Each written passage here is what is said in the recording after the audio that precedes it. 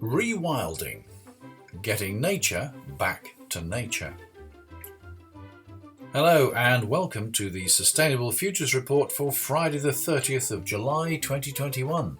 I'm Anthony Day. This week there is so much sustainability and climate news that I'm holding it back for an extra episode which will be with you next Tuesday, the 3rd of August.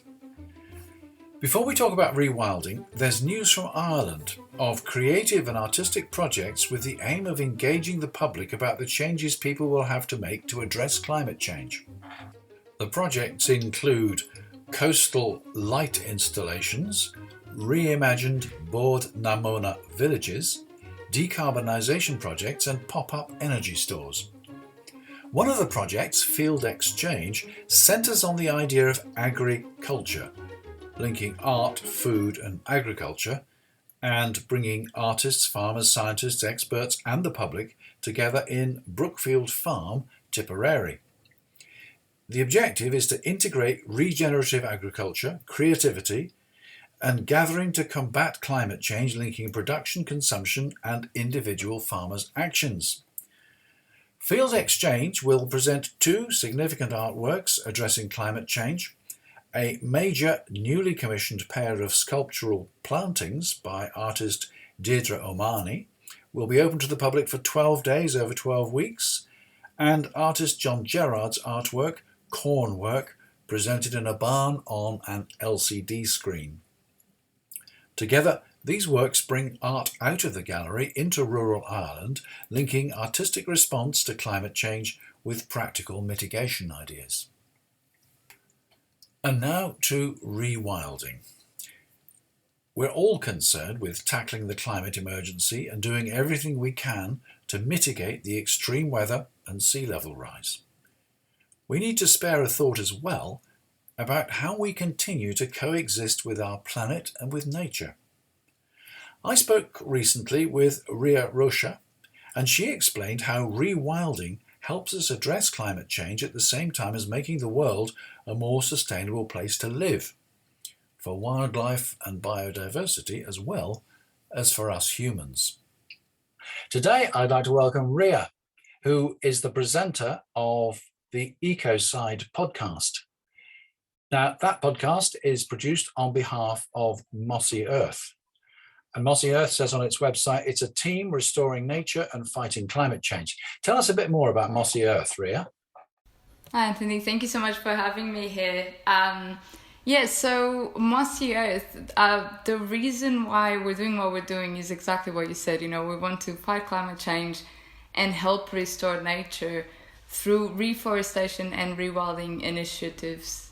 What we're wanting to do is to restore nature and fight climate change through reforestation and rewilding initiatives. So by combining those two approaches, we can really help nature to thrive. And that's really simply put what we're doing. So we're pretty much taking the focus away from carbon offsetting and to actually try and have more an holistic approach. When you say rewilding, as I understand it, you're assisting a piece of land to get back to nature, and the intention is that once you've done that, nature should take care of itself. Is that a fair comment? Yeah, exactly. It's how we like to think of it, yes. Because I think that the biggest difference between rewilding and a more traditional approach to conservation is exactly that. We're not wanting to manage the land forever. We're wanting to help it thrive and then let nature take care of itself. So you're making a clear distinction between rewilding and conservation. If you take the approach of restoring a piece of land and leaving it to itself, is there not a risk that it will just eventually turn to scrubland or some sort of not very attractive piece of countryside over time? Yeah, well, so the goal is not to eventually leave it completely. It's just that we're trying to not be as an active component, let's say, to that piece of land to restore. So we're helping to restore the damaged ecosystem services that need a help, that have been damaged, and then hopefully in the future, once they can function on its own and there's a more balanced way to that habitat, then to leave it and to come in whenever we need it. The only difference is with a more traditional approach, people want to perpetually manage it to keep it in a certain way, where we expect that nature can, at a certain point, do the work much better than we can ever possibly try. When you talk about rewilding, what land are you talking about? Is your objective to convert agricultural land to a more natural habitat? Not specifically. In general, we've been working with protected pieces of land that have already been the stage to different rewilding projects. So these are lands they used to be wild, and they're just damaged to an extent that need our help. So we're not coming in a place that has agricultural land and trying to get people out and then rewild that area, if that's what you're asking. So are we looking at what we might call brownfield sites? In other words, sites which may have been the site of industrial activity, or possibly mining or quarrying, and restoring areas of that nature? Not our projects, no. So, for example, just to give you an example, we have a project in the north of Portugal, and what we're trying to do there is, and this is a rewilding initiative, it's to just help the coexistence between humans and the wolf population that exists there. So we're not coming in and saying, you can't have your herds and you can't have cows. We're just helping both of these components to coexist, and that is rewilding as well. Just helping us to be able to coexist in a world where there's wildlife and there's predators. Now, that's really interesting, because you're not just talking about planting trees or wildflowers, you're actually reintroducing and protecting animals like the wolf, which I think have become extinct in large parts, if not all, of Europe. And that must be quite difficult to get people, particularly farmers, to accept. Yeah, so in this case, we're not reintroducing. Pretty much what we're doing is there used to be a population there, and what happened is it's persecuted by farmers every time there's a wolf attack on the herd. So what we're doing, and our partners, Rewilding Portugal, they're doing an amazing job at this, and we're supporting them in this aspect, which is introducing the livestock guarding dogs in the area that protect and prevent the wolf attacks to happen in the first place. Because there's more than enough wild food for them to pursue. It's just that if the herd is not protected, then it becomes easy prey, and then the farmers go after the wolves themselves, because it's their livelihood that it's in cause. If I were devil's advocate, I would say if you got rid of the wolves, then you wouldn't need the dogs, and you wouldn't have any attacks on the sheep. Why is it important to maintain the wolf population?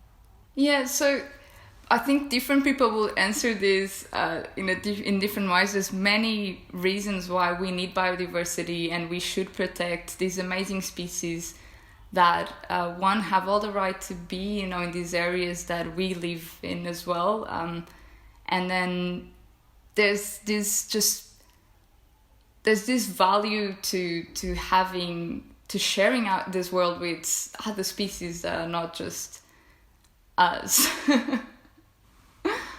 If we go for rewilding, are we going to have enough land left to feed a growing population? Human population, that is.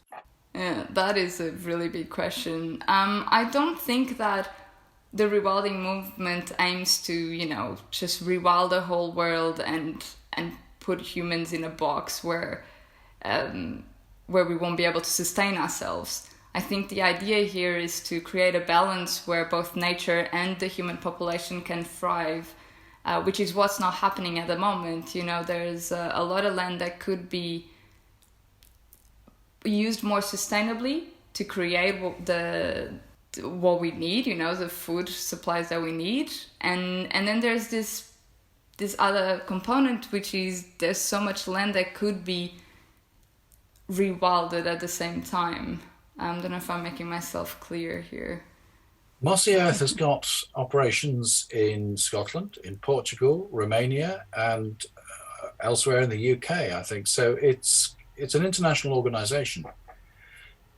Where did it come about? How's it started? And what is the overall objective of Mossy Earth? Yeah, so it started with just two like-minded people that wanted to make a difference as individuals, and they didn't know where to start. And that's where the idea came from, creating a membership, a tool that allows individuals to be able to make this difference and to help nature thrive, because otherwise it seems so overwhelming and there's so much to do that at an individual level it would be really hard to even begin to fight for what we value. And so we created this membership where people can, for £10 a month, they can start rewilding the world and reforesting and just help nature thrive in different parts of the world. So your organisation is based on membership subscriptions. Do you encourage members to get involved directly in initiatives to rewild parts of the neighbourhood where they live? Yeah, so we've created low impact living guides and even rewilding articles that help people understand better this subject, and there's many ways in which they can help themselves, like rewilding their own garden and planting for biodiversity in the garden and stuff like that, which is really useful. But for example, in terms of our own projects, we like to support the local community, so we don't incentivize. We get a lot of people asking us if they can come and help us plant trees, and that is something that we avoid, just because we like to support the local communities in the areas where we're planting. If somebody lives in a flat in a city centre, is there much that they can personally do about rewilding? I mean, there is more than one would think, to be honest. There's this amazing organization, and they're pretty much connecting the dots between the lines where bees can operate. And one of the things that you could do is just check the map and see if there's other people adhering to this project around you. And so even just by having the right plants or the right flowers in your veranda can help a global movement. And it's a tiny little thing that you can do that might have a really big impact. So there's more than one would imagine, I'd say. What's Mossy Earth's next challenge? Have you got a program? Are you aiming to achieve something specific in the next 2, 3, 5 years? What's your vision? Yeah, so what we're wanting to do is to just really make an impact in areas that are being overlooked. So we have programs that are looking at species that are underfunded and they are so special and they're so important to keep protecting. And so we're trying to actually direct our funds towards these species and really make a difference there, because there's a lot of organizations out there, there's a lot of funds being directed towards the most iconic species, and so we're trying to make a difference in this way. All the details of what you're doing are on your website, of course, and that is mossy.earth, one of the new unusual domain identifiers, Mossy, MOSSY.earth. If people go there, can they find a link to your podcast as well?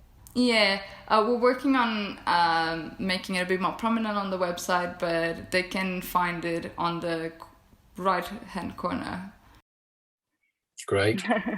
And as far as the podcast is concerned, what have you got coming up? What will be the subject of future episodes?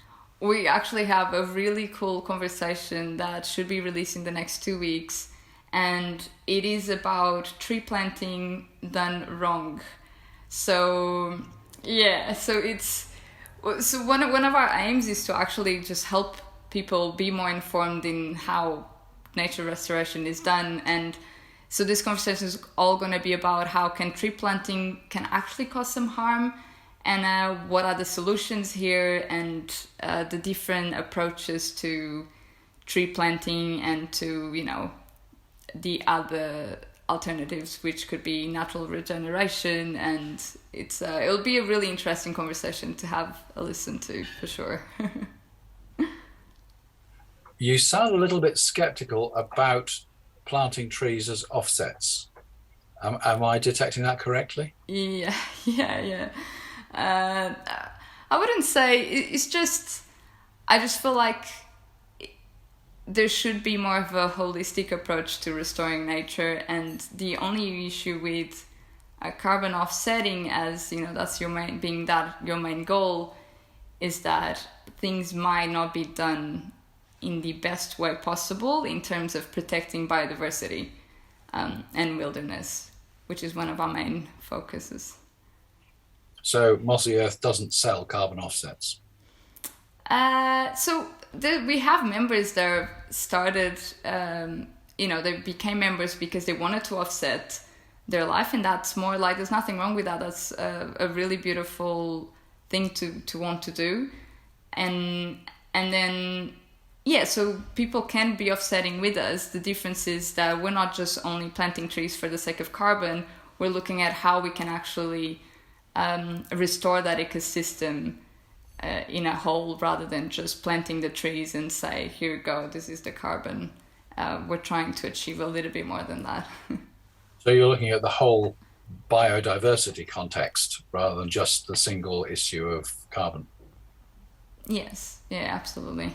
Well, Ria, that's been very interesting. Thank you for explaining about your work and how Mossy Earth is approaching climate change. I think we covered a lot in such a brief conversation. It was really, really, really nice to talk to you. This was great. Ria, thank you very much for talking to the Sustainable Futures Report, and good luck with the Ecoside podcast. There's going to be links to that on our website, and you can find out, as I said, all the details on mossy.earth as well. Many thanks to Ria Rocha. And that's it for this week. Next week, it's August. But this year, the Sustainable Futures Report still goes on. In fact, there's an extra episode coming out next Tuesday, the 3rd of August, as the clamour increases as people suddenly realise that there may be some truth in the climate emergency idea. There will still be an episode next Friday, as usual, when I'm talking to Ross O'Kelly about green urbanism and whatever else is making sustainability news by then. Don't miss out, hit the subscribe button. And if you'd like to add your support, a couple of pounds towards covering the costs of this podcast, just head across to patreon.com/SFR. That's patreon.com/SFR.